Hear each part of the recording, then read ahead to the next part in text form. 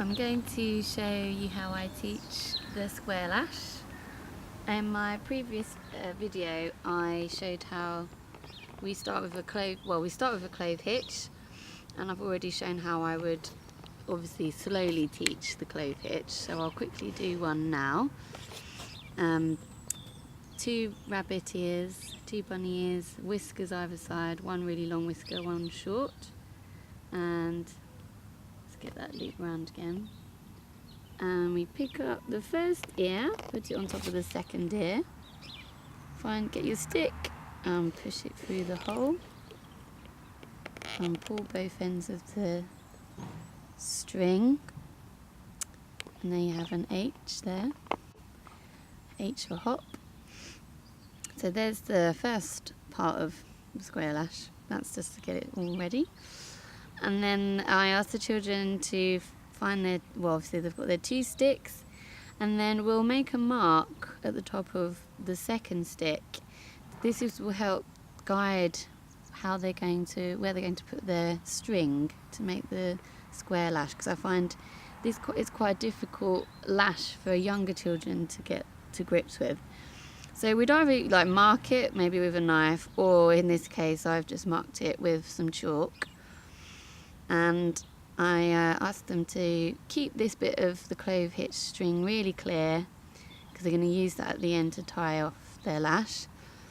They place the stick right by the clove hitch over the top of the first stick, and then I tell them just to get the working end of their string and put the first bit or the string over their first line. So they're going to start by going over.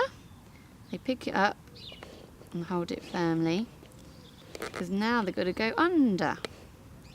And then following their guide, they put the string over the next white line, and then underneath the next part of the next bit of the stick, and then they go over again. And then obviously now they're starting to see where the string needs to go, and we just keep saying under, over, under, over. And I say to them to try and keep it clear, to see how many times they've gone over and under. So it's 3 there. Maybe we'll do about 4 or 5 to make it really secure. So over, under, over, under, over, under. That's 4 times, as we can see. The string's got 4 lines there. So I think that's enough for now. And then, so what we're going to do is we're going to go the opposite way now. So the string here is going to go over this stick and under this stick. So now, and if they really need help, they would then mark this bit with white chalk pen, and this bit as well, if they can see, if that's they can see it, or just scratch it with a knife, just so they can see that this is where they've got to go now to go over, and then under. It's just going back on itself again. Over, under, and this, I say, usually just go round as many times as it needs to, so that it starts to feel secure, so the stick's not too wobbly.